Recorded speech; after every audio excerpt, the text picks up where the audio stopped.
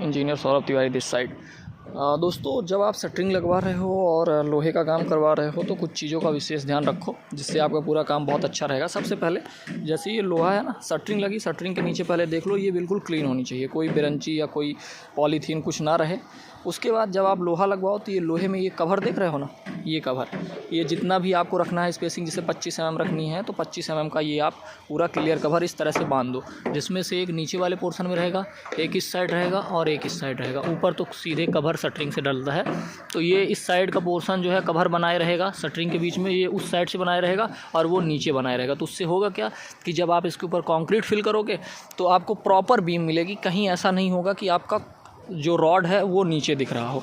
कई बार ऐसा होता है कि आपके छत में, आपके बीम में जो रॉड है वो नीचे दिखता है, वो तभी होता है जब इस तरह से आप कवर का यूज नहीं करते हो। तो ठीक है, प्रॉपर क्लियर कवर यूज करो। और दूसरी चीज़ जो आपको याद रखनी है, ये देख रहे हो जितनी भी ये बीमें आ रही हैं, ये देखो, ये जितने बीम आ रहे हैं ये सब यल बैंड है।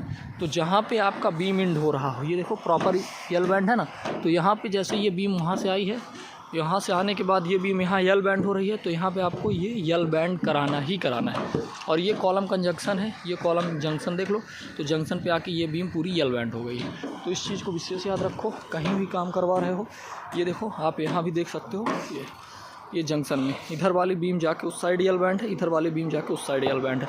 तो यल बैंड से होता क्या है कि जो आपका कॉलम और कंक्रीट के बीच का और जो बीम है उसके बीच का जो स्ट्रेंथ होता है, जो बॉन्ड होता है, काफ़ी स्ट्रॉन्ग हो जाता है। तो कोई भी लोड पड़ता है ना तो वो ब्रेक नहीं करता, वो बहुत अच्छे से पकड़े रहता है। समझ रहे हो ना? ऐसे आप सिर्फ ऐसे रखे हो अपना हाथ किसी चीज़ पे तो लोड आते ही वो ऐसे डाउन हो जाएगा, लेकिन आपने ऐसे पकड़ रखा है, प्रैक्टिकल में आपको बताऊँ तो वो आपके ऊपर कुछ लोड भी आ रहा है ना तो वो कोई दिक्कत नहीं होगी। यही होता है कॉलम और बीम में।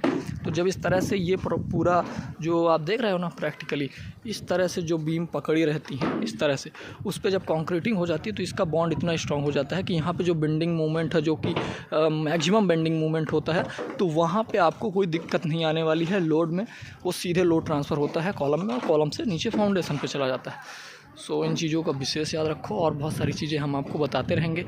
किसी भी प्रकार के हाउस प्लान और बिल्डिंग प्लान, सुपरविज़न, लेआउट और नगर निगम परमिशन से लेकर कुछ भी आपको काम है, सिविल इंजीनियरिंग के सारे वर्क्स हमारे अंडर में किए जाते हैं। RK consultant and architect and Asian builder हमारी फर्म्स हैं।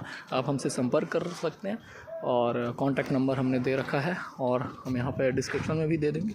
सो कोई आवश्यकता है तो हमसे संपर्क करें। और यदि आप किसी चीज़ के बारे में जानना चाहते हैं तो फ्री कंसल्टेशन अवेलेबल है, तो कॉल करके आप फ्री कंसल्टेशन ले सकते हैं, कोई दिक्कत नहीं। Okay, thank you.